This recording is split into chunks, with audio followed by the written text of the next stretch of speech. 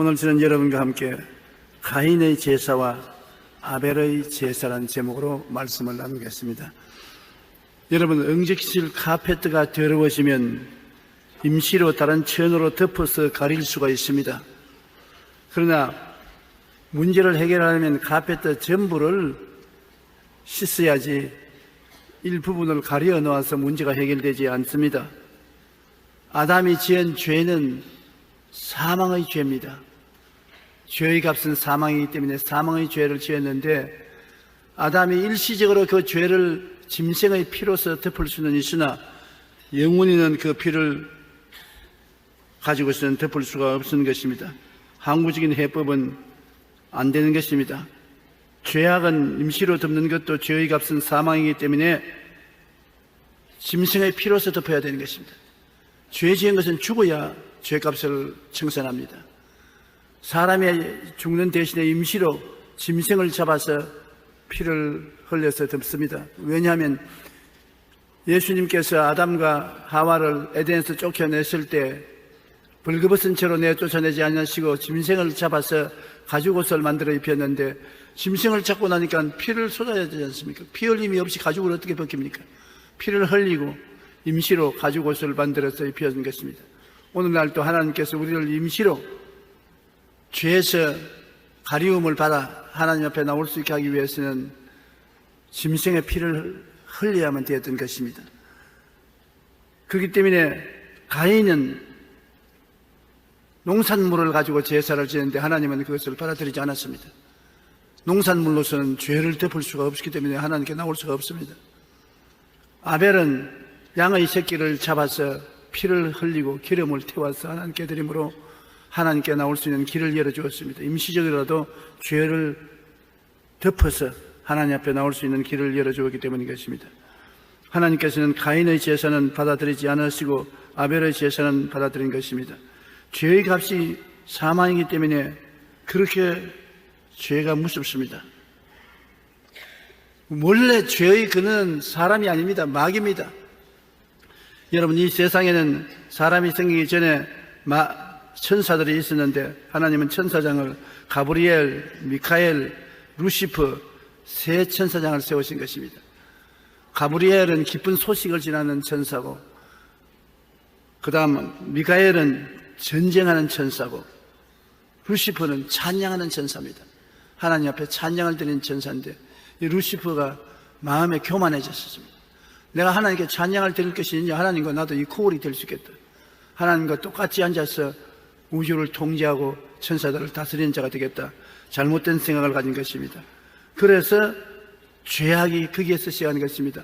하나님께 절대 믿음과 순종을 하지 않고 자기 중심으로 서서 자기를 섬기고 하나님과 대등하게 행동하려고 하다가 그런 버림을 받게 된 것입니다. 이사야 14장 12절로 15절에 하나님께서 루시퍼에 대한 심판을 선언하고 있는 것입니다. 너 아침의 아들 계명성이여. 계명성이 바로 루시퍼라는 것입니다. 어찌 그리 하늘에서 떨어졌으며 너 열국을 덮은 자여 어찌 그 땅에 찍혔는고. 내가 내 마음에 이르기를 내가 하늘에 올라 하나님의 뭇별 위에 내 자리를 높이리라. 별은 천사를 상징하는 것입니다. 뭇천사 위에 내 자리를 높이리라. 내가 북극 지표의 산 위에 앉으리라. 북극 지표는 하나님이 불러서 회의를 하는 곳인데, 그곳에 상자를 자기가 차지하겠다는 것입니다. 가장 높은 구름에 올라 지극히 높은 이와 같이 되리라 하는도다. 전지전능 무소부지하신 하나님과 함께 되려고 하는 것입니다. 그러나 이제 내가 서울 곧 구덩이 맨 밑에 떨어짐을 당하리라. 서울이라는 음부를 말합니다. 지옥을 말합니다. 그러나 이제 내가 서울 곧 구덩이 맨 밑에 떨어짐을 당하리라. 하나님의 심판을 받겠다는 것입니다. 바로 하늘에서 루시퍼는 그가 따르는 천사 3분의 1을 데리고 타락해서 공중의 권세를 잡고 진을 치고 있는 것입니다. 하나님이 여러분 세상을 지을 때 빛이 있으라 하시고 보기에 뭐라고 했습니까? 좋았더라 했습니다. 그 다음에 궁창을 지으시고 좋았단 말 안 하셨습니다. 다른 게 지었을 땐 다 주님이 좋았다고 했는데, 궁창을 지은 좋다고 하는 것은 타락한 천사가 궁창을 점령하고 있기 때문에 그 궁창을 좋다고 말하지 않고 하나님은 나쁘게 보는 것입니다.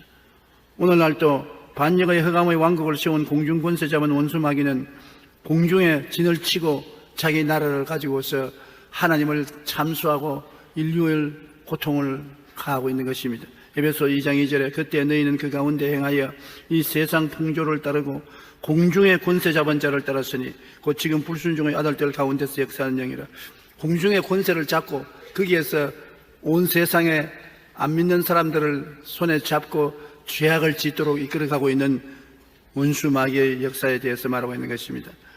여러분, 아담은 처음 지음을 얻을 때 존귀하고 영광스러운 지위를 가졌기 때문에 타락도 언제나 그보다 더 무서운 비극을 가져온 것입니다. 아담과 하와는 하나님의 형상과 모양대로 지음받았던 것을 우리는 잘 압니다.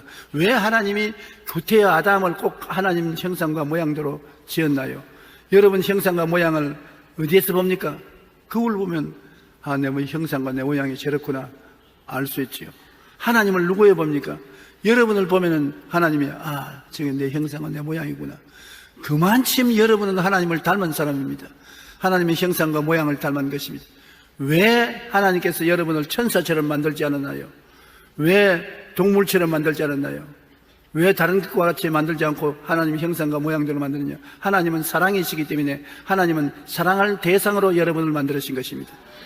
하나님이 사랑할 대상으로 여러분을 만들었으니 얼마나 잘 만들었겠습니까? 우리도 아무나 사랑합니까? 길거리를 가다가 아무 여자나 있으면 남자가 너 나 사랑하자 그럽니까? 또 여자가 아무 남자나 지나가는 사람 만나서 당신 나 사랑합시다 그렇게 합니까? 저희가 좋아하는 사람을 택해서 사랑하는 것입니다. 마음에 탁 들고 좋아하는 마음이 생기는 것이 과학자는 말은 3초 내에 생긴답니다. 난 안 그렇지 싶은데 여하간 자기가 좋아하는 남자와 좋아하는 여자를 교제하고 사랑하는 것처럼 하나님도 하나님이 좋아하는 사람을 사랑하기 위해서 가장 좋아하는 사람을 만들으셨습니다. 사랑은 혼자서는 사랑 못해요. 혼자서 어떻게 사랑합니까? 상대가 있어야 사랑하지요. 하나님의 상대가 바로 여러분인 것입니다. 가장 좋아하는 상대가 여러분인 것이므로 여러분을 엄청나게 사랑하는 것입니다. 하나님은 전지전능 무소부지하지 않습니까? 전지전능하시고 무한하기 때문에 여러분을 사랑하는데 여기만큼 사랑하는 것이 아니라 이만큼 사랑합니다. 어린아이 때 부모님이 애들 보고 너 나를 얼마나 사랑하냐, 엄마 아빠를 얼마나 사랑하냐 하면 애들이 이만큼 사랑한다고 하지 않습니까? 하나님이 우리를 얼마나 사랑한 줄 압니까? 이만큼 사랑하는 것입니까? 그렇지 않습니다. 한없이 사랑하시는 것입니다. 엄청나게 사랑하는 것입니다.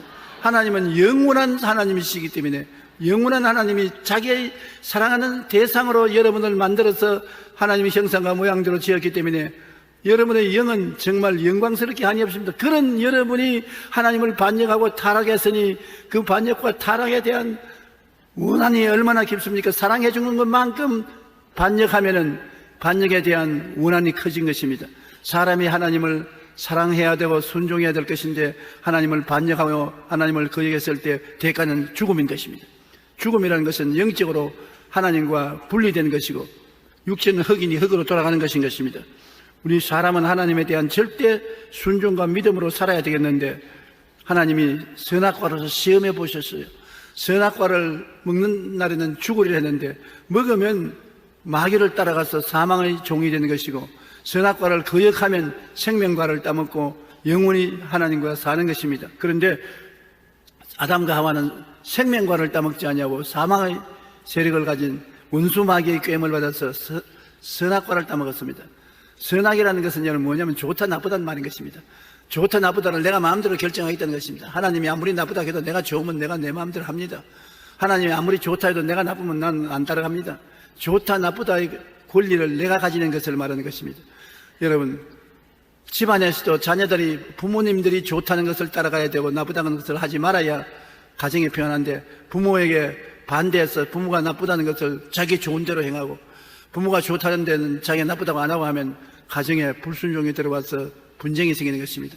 부부간에도 인정이 있는 집안에는 남편이 좋다면 아내도 따라가고 아내가 좋다면 남편도 따라가고 서로 좋다는 것에 일치하는 마음이 있는데 남편이 좋다면 아내가 싫다, 남편이 싫으면 아내가 좋다, 그러면 서로 상대가 대결이 되고 싸움이 되는 것입니다. 우주에는 하나님은 한 분밖에 절대 죽은 자가 없는데 하나님이 좋다면 다 좋다고 따라가야 돼요. 하나님이 싫다면 다 싫어해야 돼요. 어떠한 사람들을 말하기를 정의를 위해서 나는 이 세상에 정의를 실천한다. 여러분, 정의가 뭡니까? 자기 생각에 옳고 그른 것이 정의입니까? 아닙니다. 정의는 뭐냐? 하나님을 따라가는 것이 정의인 것입니다. 이 세상에 정의는 하나님밖에 안 계시는 것입니다. 하나님이 옳다면 오는 것입니다.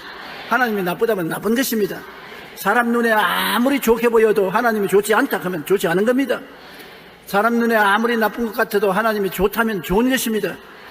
그게 바로 선악과의 시험인 것입니다. 선악과를 하나님 먹는 날에는 죽으려 했는데 마귀는 먹으면 너도 지혜를 얻어 하나님처럼 되니 좋다고 말하니까 하나님이 나쁘다는 것을 아담과 하와가 좋다고 따먹고 난 다음에 하나님과 대결되어서 하나님께 쫓겨나간 것입니다. 그래서 반역을 택한 아담의 죄의 문제는 사망입니다. 하나님께 쫓겨나가는 것입니다. 그러고 난 다음 육은 죽어 흙으로 돌아가는 것입니다. 하나님의 반역을 선포한 아담과 하와가 하나님께 나가고 싶으면 이제는 그냥 못 나가요. 죄의 값은 사망으로 죽음이 딱 기다리고 있는데 어떻게 나갑니까? 자기가 죽었으면 하나님 앞에 나갈 존재도 없어지니까 자기 대신에 짐승을 죽여서 임시로 죄를 덮고 임시로 덮은 그 보혈의 능력으로 하나님께 나가는 것입니다. 죽음 밖에는 하나님 앞에 나갈 길이 없습니다. 그래서 짐승의 대리 죽음과 피 흘림을 통해서 우리는 일시적으로 죄를 덮고 하나님께 나가는 것입니다. 가인의 제사와 아벨의 제사가 바로 거기에 다른 것입니다. 가인은 내 마음대로 제사 드리면 되지 뭐 하나님이 무슨 잔소리가 많아. 내가 제사 드리면 마음에 받으십시오. 내 농사 지어가지고서 좋은 곡식으로 제사 드리면 고맙게 생각하고 받아 기뻐하십시오. 타락한 이의 지 마음대로 정하는 것입니다. 아벨은 그렇지 않았습니다. 아벨은 하나님께서 피로서 죄를 덮어야 나에게 나온다, 그 말을 마음에 두고서 양을 잡아서 피를 흘려서 죄를 덮고 하나님께 나가니까 하나님의 아벨의 제사는 받아서 아벨하고는 대화를 해주시고 가인은 물리쳤습니다. 가인이 화가 났단 말입니다. 왜 하나님이 동생의 제물은 덮고 내 제물은 안 받아줍니까?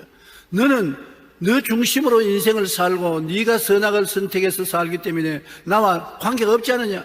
그러나 아벨은 자기가 선악과를 따먹은 인류의 죄를 통해 자복하고 그 대신 죽음으로써 피를 흘려서 그 죄를 덮고 믿음과 순종으로 나오기 때문에 내가 아벨과 대화하지 않냐. 하나님은 아벨을 사랑하고 가인을 싫어했었습니다. 가인이 화가 나서 아벨을 들에서 몰래 쳐 죽였습니다. 살인죄를 지은 것이 가인인 것입니다. 바로 가인은 창세기 4장 2절 5절에 가인은 농사하는 자였더라. 세월이 지난 후에 가인은 땅의 소산으로 제물을 삼아 야훼께 드렸고 가인과 그의 제물은 받지 아니하신지라. 인본주의적인 반역의 제사, 선악과에 대한 회개가 없는 제사, 하나님이 미워하는 제사를 드렸기 때문에 하나님이 받아들이지 아니한 것입니다. 그러나 아벨의 제사는 믿음과 순종의 제사입니다. 피 흘림이 없은즉 죄사함이 없다 했는데 창세기 4장 4절에 아벨은 자기도 양의 첫 새끼와 그 기름으로 드렸더니 야훼께서 아벨과 그의 제물을 받으셨더라. 그는 선악과에 따먹은 데 대한 철저한 회개를 했습니다. 죄의 값은 사망이기 때문에 그것을 순종해서 자기 대신 양을 잡아서 죽여서 피를 흘려서 하나님 앞에 나가 하나님의 진노를 일시간에 덮고 하나님 앞에 나갈 수 있는 것입니다. 우리가 성경 구약을 보면은 끊임없이 하나님께 나갈 때 제사가 있습니다. 하나님께 나갈 때 언제 속죄 제사를 드렸었습니다. 속죄 제사는 원죄를 덮지 않고는 하나님께 나갈 수가 없습니다. 아담과 하와가 지은 죄 원죄를 덮어야 나가는데 그 속죄 제물 없이 하나님께 아무도 못 나갔습니다. 그러므로 이스라엘에 보면 언제나 하나님께 나가려면 속죄 제사를 드려야 된 것입니다. 계명의 복령이 나타난 하나님의 죄를 속죄받기 위한 제사로 의무적인 제사인 것입니다. 속죄 제사를 드리고 난 다음에 그 다음에는 무슨 제사를 드리냐면 속건 제사를 드립니다. 한번 따라 말씀해주세요. 속건 제사. 속건 제사는 허물의 제사입니다. 속죄 제사는 원죄입니다. 내가 안 지은 죄인데 우리 조상 아담이 지은 죄로 말미암아 다 죽었으니까 그 원죄에 대한 제사를 드리고 피를 흘리고 나가야 되는데 속건 제사는 내 개인의 제사입니다. 내가 하나님의 법을 어기고 내가 이웃의 상처를 입히고 내가 율법을 어긴 죄, 내 개인의 죄를 덮어야 되는 것입니다. 우리 조상의 유전 죄만 있는 것이 아니라 우리 개인 죄도 있지 않습니까?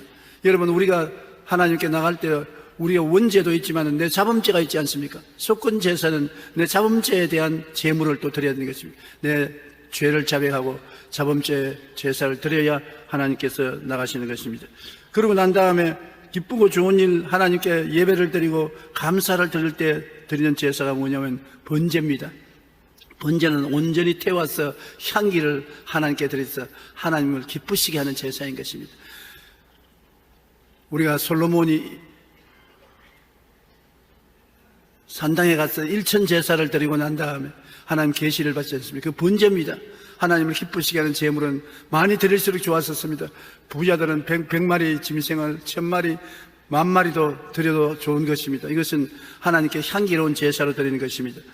그러므로 이스라엘 백성들이 과거에 제사 드릴 때 꼭 세 가지는 드려야 되는 것입니다. 제일 처음에 반드시 드려야 할 것은 속죄 제사인 것입니다. 한번 따라 말씀해 주세요. 속죄 제사. 두 번째 제사는 내 개인의 죄를 청산하는 속건 제사입니다. 속건 제사. 셋째는 하나님을 기쁘시게 하고 즐겁게 하는 하나님께 영광을 돌리는 번제인 것입니다. 한번 따라 말씀해 주세요. 번제. 피 흘림이 없는 제사는 하나님께 나갈 수 없기 때문에 모든 죄는 피를 흘려야 되는 것입니다. 원죄를 흘리는데도 피를 흘려야 되고 자범죄를 대하시는 것도 피를 흘려야 용서를 받고 하나님께 기쁘심을 주는 것도 피를 흘려서 제물을 드려야 하나님께서 받으시는 것입니다.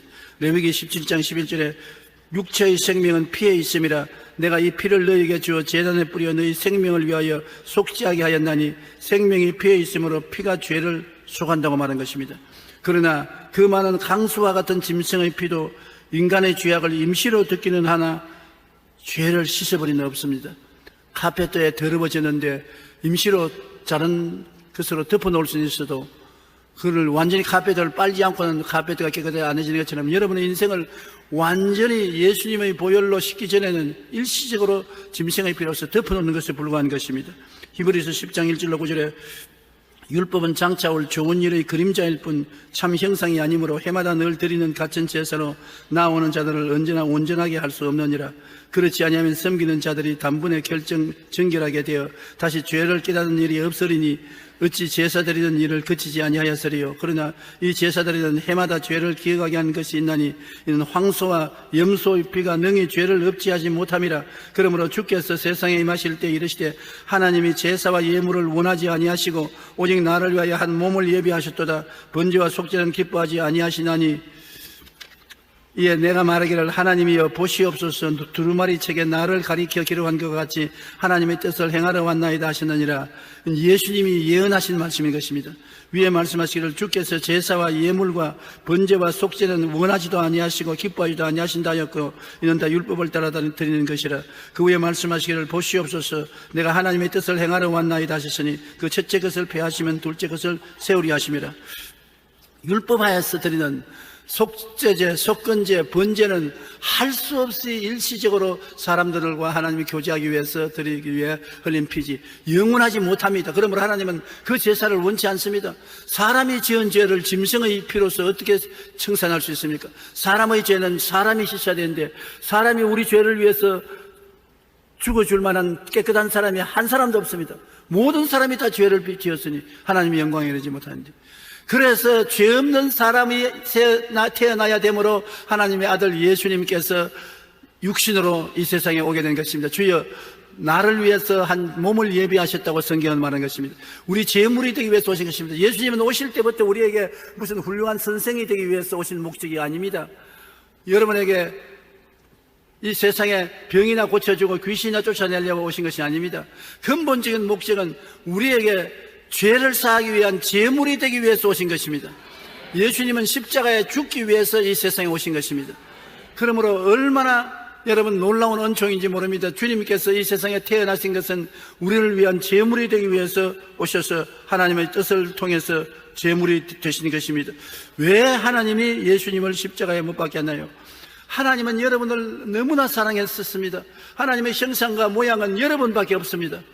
여러분을 지어놓고 난 다음 또 새로 하나님의 형상과 모양으로 사람을 지을 수가 없어요. 하나님은 한 번 애인을 가졌으면 영원한 애인이지 중간에 갈아치우지 않습니다. 사람은 애인을 자꾸 갈아치우지만은 하나님은 그렇지 않아요. 여러분을 한번 하나님의 형상과 모양대로 지어받았으면 영원입니다. 영원히 사랑하는 것입니다. 영원히 사랑한 여러분이 타락을 해서 마귀의 종이 되어 마귀하고 놀아나니 하나님 가슴이 얼마나 아픕니까? 사람들이 타락해서 마귀와 바람을 피웁니다. 한없이 마귀와 바람을 피우고 돌아다니니 하나님 가슴이 얼마나 아픕니까? 그러므로 하나님이 인간의 죄를 다시 용서하고 품에 품기 위해서 그 아들 예수 하나님을 보내셔서 십자가에 못 박인 것입니다. 하나님 사랑을 어느 정도 알려면은 하나님이 여러분을 위해서 당한 고생을 보면 알 수 있는 것입니다. 부모님이 자식을 사랑한지를 어떻게 합니까? 자식을 위해서 오만 구전 일도 싫지 않다고 다 일을 하고 고통을 당하는 것은 부모님이 자식을 사랑하는 것이고 그 고난을 통해서 사랑의 깊이와 넓이와 높이를 알 수 있는 것입니다. 하나님이 세상을 이처럼 사랑했다는 것은 예수님께서 십자가에 못 박혀 고난당하는 거 보십시오. 몸을 찢고 피를 흘리고 너무나 고통스러울 때 하나님이여 어찌하여 나를 버리시나이까? 우주에서 버림을 당하는 고통을 당하면서도 그를 참은 것은 여러분을 사랑하기 때문에 그런 것입니다. 바람 피우는 우리를 사랑해서 다시 하나님이 보혈로 씻고 하나님 백성으로 품에 품기 위해서 주님이 그 고난 당하신 것입니다. 그러므로 하나님이 우리에 대한 사랑은 엄청난 사랑입니다. 여러분, 인간으로서 여러분 깨닫지 못할 거예요. 부모님이 자식을 사랑하는 것을 자식이 압니까? 못 깨닫습니다. 어제도 어떤 분이 한 분 나에게 와서 눈물을 걸성거리면서 어머니 살아실 때 어머니의 사랑을 내가 몰랐는데 어머니 세상 뜨고 난 다음 내 나이가 이제 60이 넘고 나니까 어머니 사랑을 깨닫는데 조금씩 깨달은 어머니 사랑을 깨닫고 어머니 그리워져도 이제 어머니는 세상에 있지 않다고 눈물을 걸성거렸습니다. 사람들도 부모가 다 세상 뜨고 난 다음에 나중에야 자기가 그 고생을 하면은 부모 사랑을 깨닫는 것처럼 하나님의 사랑은 우리 인간으로서 도저히 청량할 수가 없습니다. 십자가의 그 사랑을 어떻게 청량할 수 있겠습니까? 여하간 하나님은 여러분을 너무나 사랑하기 때문에 예수의 피로서 구원을 받게 되면 잃어버린 자식을 다시 품에 품고 잃어버린 애인을 다시 품에 품으므로 우리 하나님은 너무 기뻐하고 즐거워하고 여러분이 하나님을 경배하고 예배하고 찬송하면 하나님이 너무 좋아서 몸부림을 치시는 것입니다. 오늘 아침에 여기 하나님이 오셔서 여러분 가만 계시니까 귀에 안 들리니까 모르지만 하나님이 너무나 좋아서 아이고 좋다, 참 좋다, 내 자식들, 내 애인들, 내 아내, 내 사랑 다시 돌아왔으니 참 기쁘다, 이렇게 감사하고 기뻐하는 것입니다. 여러분은 하나님을 만족하게 해드리고 있는 것입니다. 사랑은 사랑할 대상이 있고 그 대상에 갇혀올수록 좋은데 하나님을 사랑하는 대상이 예수님의 보혈로 말미암아 구원을 받았으니 얼마나 감사한 것입니까? 그러므로 예수님의 보혈을 우리는 감사해서 아버지 품에 자꾸 더 깊이 들어가야 되는 것입니다. 엄청나게 사랑해 주는데 이 하나님의 사랑보다 더 큰 사랑은 없습니다. 육신의 남편, 육신의 아내, 육신의 부모, 육신의 자식 사랑하는 그 사랑은 견줄 수도 없는 것입니다. 하나님은 끝없는 사랑으로 사랑하시기 때문에 여러분이 오히려 이 땅에 살면서 죄를 짓고 불의하고 추악하고 버림을 받아야 마땅함에도 불구하고 예수를 믿으면 그것 다 청산해버리고 캐묻지 아니하시고 뛰어나와 얼싸안고 사랑으로 여러분을 구원하시고 하나님의 은혜로 돌보아 주시는 것입니다. 그러므로 세상 죄를 지고 가는 하나님의 어린 양 예수님께 얼마나 감사해야 될지 말로 다 할 수 없습니다.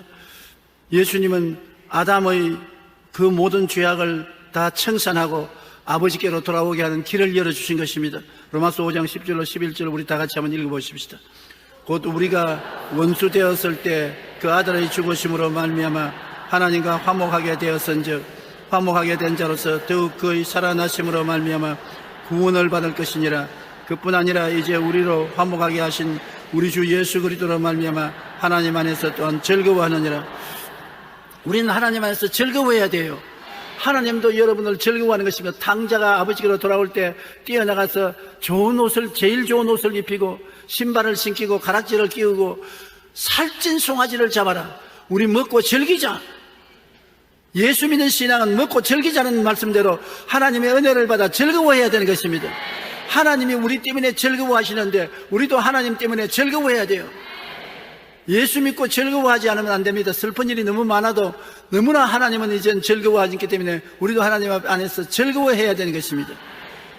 예수 그리스도로 말미암아 하나님 안에서 또한 즐거워하느니라. 요한일서 2장 2절에 그는 우리 죄를 위한 화목 제물이니 우리만 위할 뿐 아니요 온 세상의 죄를 위함이라. 온 세상 죄를 다 짊어졌으니 다 주님께 돌아오기를 주님께서 원하시는 것입니다. 오늘날의 기독교와 타종교의 다른 점이 어디에 있는 것입니까? 기독교는 아벨의 제사를 완성하신 것입니다.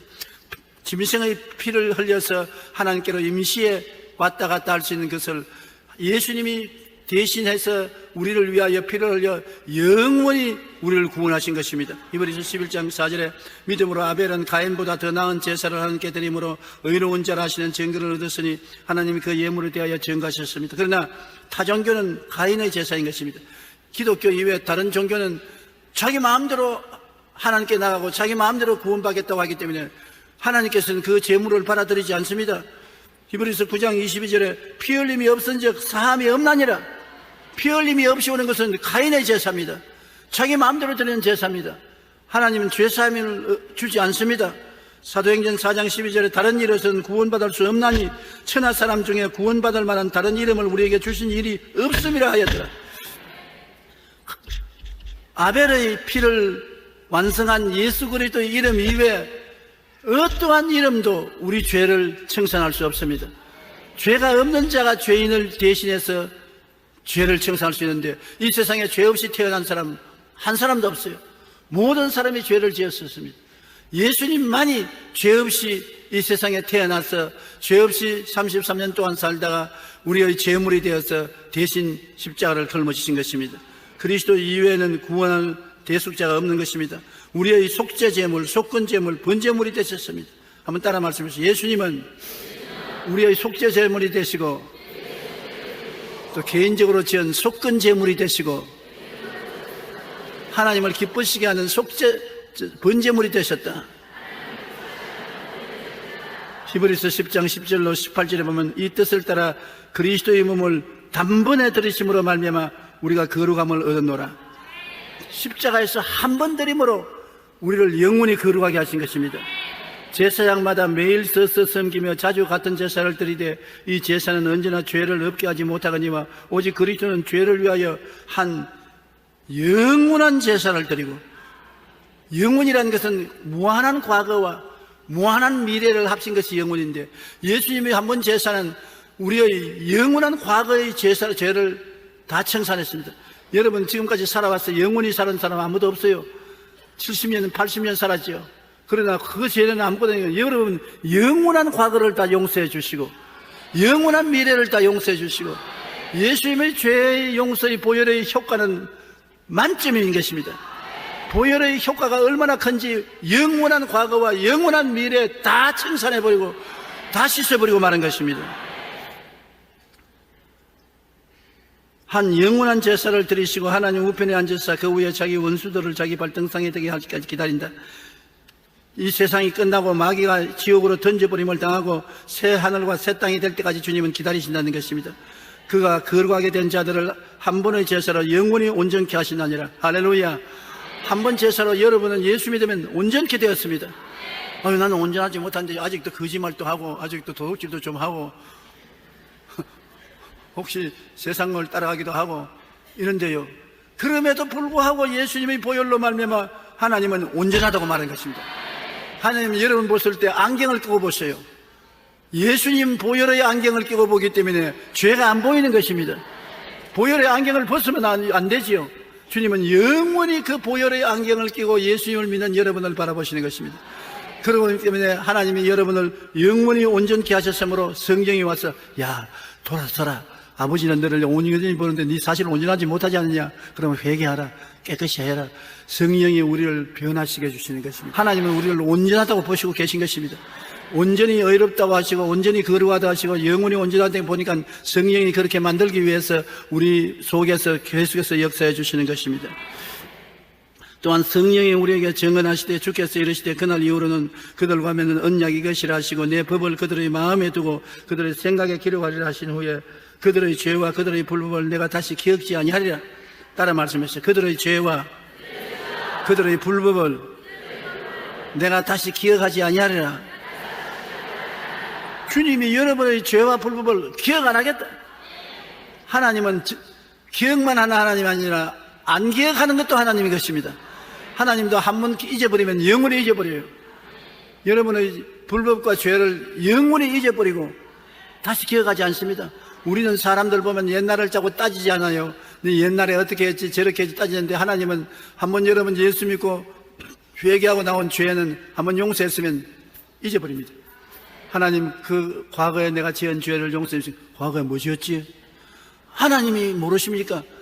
전지전능하시는데 나는 과거는 다 잊어버린다. 그러므로 여러분, 우리도 과거는 다 하나님 앞에 청산하고 잊어버려야 되는 것입니다. 용서하는 마음을 가지고 나가야 되는 것입니다. 이웃을 대할 때도 자꾸 꼬지꼬지 옛날을 캐물어서 그를 상처 주어서는 하나님의 뜻을 이루지 못하는 것입니다. 이것들을 사실은 다시 죄를 위하여 제사 드릴 것이 없다. 이제는 예수님을 통해서 우리 죄를 다 용서해 주어버리기 때문에 제사 드릴 필요가 없다. 속죄제사나 속건제사 드릴 필요가 없다. 과거 없는데 무슨 죄를 지냐. 더럽지 않은데 왜 빨래를 해? 더러운 것이 없었으니까. 그러므로 여러분, 예수 믿고 의롭다함을 얻다는 것은 놀라운 것입니다. 의리가 뭐냐? 예수 믿음으로 하나님께서 우리를 의롭다 하신 것은 죄를 한 번도 안 지은 것처럼 만들어주는 것입니다. 일생에 죄를 한 번도 안 지은 상태가 의로운 상태고, 하나님 앞에 나갈 때 가슴 펴고 당당하게 나갈 수 있는 자격, 부끄러워서 이렇게 움츠리고 나갈 것이 아니라 당당하게 나갈 수 있는 자격, 이것이 의인 것입니다. 예수를 믿음으로 말미암아 우리는 의롭다함을 선물로 얻게 된 것입니다. 예수님의 보혈로 말미암아 선악의 절망의 저주를 다 청산하시고 생명이신 예수님을 먹고 영생을 얻게 된 것입니다. 이제는 선악과를 따먹은 절망으로 인한 저주를 예수님 보혈로 다 청산하는 것입니다. 땅은 저주를 받아 가시와 엉겅퀴를 내는 것도 다 청산하시고, 죄를 지음으로 말미암아 우리가 병들었던 것도 다 주님 청산하시고, 땅을 죄 지음으로 말미암아 우리가 하나님과 분리되었던 것도 다 청산하시고, 삼중 축복을 예수님을 통해서 얻게 된 것입니다. 영혼이 잘됨같이 범사도 이제는 잘되고 강건하게 되고 생명을 얻되 풍성하게 얻는 역사를 예수님 십자가 보혈로 다 덤으로 얻게 된 것입니다. 요한복음 6장 55절로 58절에 주님께서 얼마나 우리를 사랑하시는지, 내 살은 참된 양식이요 내 피는 참된 음료로다. 살을 떼서 주시고 피를 흘려 먹이시는 것 같으면 얼마나 사랑하기 때문에 그렇게 하겠습니까? 여러분, 보통 사랑을 해서 내 살을 베어서 주고 내 피를 뽑아서 마시게 하겠습니까? 내 살을 먹고 내 피를 마시는 자는 내 안에 거하고 나도 그 안에 거하라니, 살아계신 아버지께서 나를 보내시며 내가 아버지로 말미암아 사는 것 같이 나를 먹는 그 사람도 나를 말미암아 살리라. 이것은 하늘에서 내려온 떡이니 조상들이 먹고도 죽은 것과 같지 아니하여 이 떡을 먹는 자는 영원히 살리라. 예수님이 십자가에서 몸짓고 피를 흘린 것은 그 살을 우리에게 먹이고 피를 우리에게 마신다는 것입니다. 그를 통해서 우리가 이 땅에 살 때부터 벌써 천국이 임하여서 천국의 은혜를 누리게 되는 것입니다. 천국에 올라갈 때 기다리는 게 아니라 이 땅에 살면 동안에 벌써 예수님이 십자가의 보혈로 죄사함을 받고 하나님께 마음대로 감사하며 나가고 성령 받고 병고침 받고 저주에서 해방되고 영생의 기쁨을 가지고 삼중 축복 영혼의 잘됨 같이 범사의 잘됨에 강건하고 생명을 할 때 풍성하게 얻는 체험을 갖고 나갈 수가 있게 되는 것입니다. 시편 103편 1절로 5절에 시편 기자는 이렇게 노래했습니다. 내 영혼아 야훼를 송축하라. 내 속에 있는 것들아 다 그의 이름을 송축하라. 내 영혼아 야훼를 송축하며 그 모든 언택을 잊지 말라. 잊어버려야 될 것도 있고 잊지 말아야 될 것도 있는데, 과거에 용서받은 죄는 잊어버리지만 하나님이 주는 언택은 잊지 말라는 것입니다. 뭐냐? 제가 내 모든 죄악을 사하시며, 죄는 이미 한번 용서했으면 씻어버렸으니 그 씻어버리는 하나님의 은총을 잊지 말라. 그 죄악을 사하시며 내 모든 병을 고치시며, 한두 가지 병이 아니라 내 모든 병을 고치시며 내 생명을 파멸해서 속량하시고 인자와 긍휼로 관을 씌우시며 좋은 것으로 내 소원을 만족케 하사 내 청춘을 독수리같이 새롭게 하시는도다. 독수리는 회갑이 되면요, 먼 산 위에 올라가서 바위 위에 앉아서 날개를 바위에서 막 때립니다. 때리고 입 주둥이를 방해를 막 치면 주둥이가 빠져버려요. 털이 다 빠집니다. 그러면 태양을 쳐다보고 반짝반짝 눈을 반짝거리면서 쳐다보고 있으면 입뿌리가 새로 나와요. 그러고 난 다음 털이 새로 나와요. 그러니까 새 청춘을 얻어서 뾰르르 날개치며 올라가는 것입니다. 독수리는 회갑을 당하면 재회춘합니다. 근데 성경에 보면 예수 그리스도를 믿고 바라면 여러분이 심신이 재회춘한다고 말한 것입니다. 내 모든 죄악을 사하시며 내 모든 병을 고치시며 내 생명을 파멸해서 구속하시고 인자와 긍휼로 관을 씌우시며 좋은 것으로 내 소원을 만족케 하사, 따라 말씀하시오. 내 청춘을 독수리같이 새롭게 하시는 도다. 그러면 우리는 예수 믿고 난 다음에 살아갈수록 좋아지는 것입니다. 내일은 오늘보다 어떻게 된다고요? 좋아지고, 모레는 더 좋아지고, 다음 달은 근본달보다 좋아지고, 명년은 금년보다 좋아지고, 죽고 난 이후는 살아있을 때도 더 좋아지고, 그러니 우리는 좋은 일만 남아 있습니다. 예수님의 십자가 보배로운 피로 얼마나 큰 축복을 주셨던지 좋은 일만 우리가 기대할 수가 있게 되는 것입니다. 기독교는 피의 종교인 것입니다. 예수님의 피 흘림이 없으면 죄사함도 없습니다. 예수님의 고난의 죽으심을 통하여 흘리신 피의 절대적 승리는 희망입니다. 예수님이 절망을 다 청산해버리기 때문에 십자가의 보혈을 통해서 우리에게 남아오는 것은 희망입니다.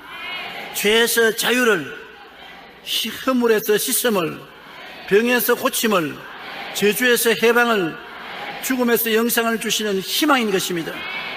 그 변치 않는 희망이 우리의 기쁨이요 행복인 것입니다.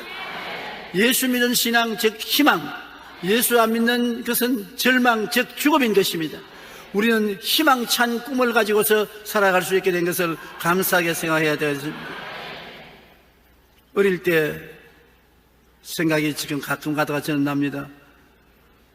우리 할머니하고 저는 자랐기 때문에 추운 겨울날 이불 자리를 자꾸 제가 차지요. 발로 차고서 배를 내놓으면 할머니가 자다가 몇 분이나 깨어 일어나서 내 이불 자리를 목까지 이렇게 덮어주면서, 야, 이놈의 자식아, 배탈 나겠다. 왜 자꾸 이불 자리를 차냐? 그러면서 몇 번이나 이불 자리를 끌어다 목까지 덮어줘요. 어떤 데는 할머님께서 여름철에 빨래를 해서 빨래를 개지 않아요. 그런데 그 옆에 배를 다 내놓고 제가 콜 자면은 혼이불을 갖다 덮으면서, 이 배탈 나려고 또 이런다. 배를 덮고 자야지. 그러면서 배를 덮어주십니다. 그래서 할머니만 기억하면 겨울에도 이불을 덮어주시고 여름에도 혼이불을 배를 덮으면서 자꾸 배탈 난다고 걱정하던 할머니가 기억나는데, 오늘은 하나님께서 여러분 예수 그리스도의 보혈로 여러분을 덮어주시면서 배탈 난다. 언제니 보혈 아래에 있어라. 보혈을 떠나지 말라. 보혈 떠나면 배탈 난다. 그렇게 하시는 주님이 생각이 나는 것입니다. 여러분, 주님은 여러분을 늘 덮어주시는 주님인 것입니다. 예수님이 보혈로, 은혜로, 사랑으로 덮어서 이 세상에 상처 입지 않고 영혼이 잘되고 범사에 잘되며 강건하게 살기를 원하시는 것입니다. 베드로전서 4장 8절 한번 따라 읽으십시오. 사랑은 허다한 죄를 덮느니라. 죄를 자꾸 들추어내면은 끝이 없어요. 이 세상에 죄가 없는 의인은 한 사람도 없습니다.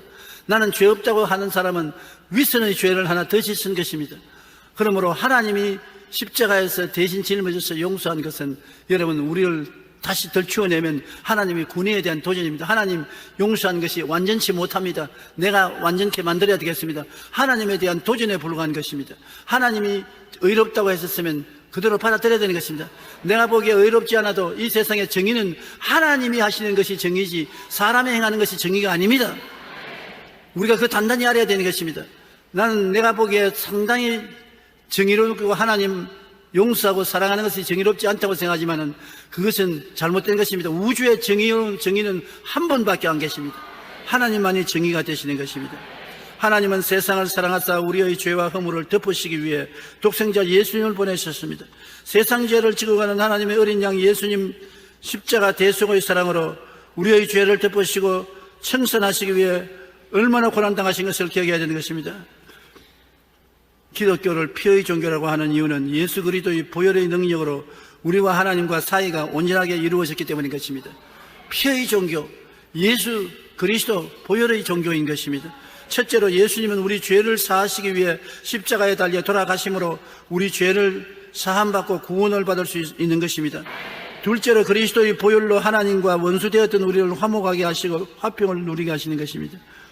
로마서 5장 10절에 곧 우리가 원수되었을 때 그 아들의 죽으심으로 말미암아 하나님과 화목하게 되었은즉 화목하게 된 자로서도 그의 살아나심으로 말미암아 구원을 받을 것이라. 하나님과 이제는 예수의 보혈로 화목이 되어서 언제나 아버지 하고 들어가면 빨리 와 빨리 와 빨리 와. 주님은 언제나 여러분을 환영하시는 것입니다.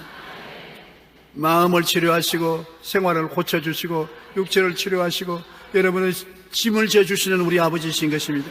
셋째로 그리스도의 보혈의 능력으로 우리의 생명을 얻고 영생을 얻습니다. 요한복음 6장 47절로 48절에 진실로 진실로 너에게 이르노니 믿는 자는 영생을 가졌나니 내가 곧 생명의 떡이니라. 예수님을 믿으면 예수님을 먹은 것입니다. 영생을 죽어서 갖는 것이 아니라 지금 영생을 가지고 있는 것입니다. 영생이란 무엇이냐? 하나님과 같은 생명을 영생이라고 말하는 것입니다. 따라 말씀하세요. 영생은 하나님과 같은 생명이다. 세상 생명은 하나님께 버림받은 생명이요, 하나님과 원수된 생명이요, 지옥으로 떨어지는 생명이지만 우리는 영생을 얻어 하나님과 같은 생명을 얻었으므로 하나님과 같이 되고 함께 있고 영원히 살 수 있는 생명을 얻게 된 것입니다. 우리는 예수님의 보혈로 말미암아 선악과의 절망의 저주를 청산하고 생명과이신 예수님을 먹고 구원받아 영생을 얻게 된 것입니다. 이제 여러분은 선악과를 따먹은 인간 교만은 다 청산되었습니다. 십자가에서 하나님 내놓고 내 마음대로 좋다 나쁘다를 결정하고 나가는 인간 중심의 인본주의는 청산되었습니다. 사망은 다 철폐되었습니다. 이제는 생명과이신 예수님을 먹고 믿음과 순종으로 하나님과 동일하게 형상과 모양으로 닮아 하나님의 사랑을 한없이 받으면서 주님 품에서 사는 여러분 되시기를 주님 이름으로 축원합니다. 주님은 여러분을 내 사랑하는 자, 내 사랑하는 아내라고 말합니다. 주님께서는 여러분을 주님의 사랑하는 자식이요, 주님의 애인이요, 주님의 아내요, 주님 최고로 사랑하는 존재인 것입니다. 주님은 사랑이기 때문에 사랑의 대상이 없이는 사랑할 수 없습니다. 하나님은 여러분이 있어야 되는 것입니다. 여러분 없이 하나님은 혼자 있을 수 없습니다. 그러므로 여러분을 만드시고 난 다음 타락하니까 끝까지 따라와서 십자가에 몸짓고 피 흘려서까지 여러분을 도로 구속하지 않습니까? 하나님은 사랑하시고 또 사랑해주고 또 사랑해 주시는 것입니다. 그럼 우리도 두 손 들고 하나님 믿고 순종하고 사랑하고 순종하고 사랑하고 순종하고 하나님과 우리가 하나 되어 하나님 안에 우리 안에 하나님이 함께 사는 영원한 존재가 되시기를 주의 이름으로 축원합니다.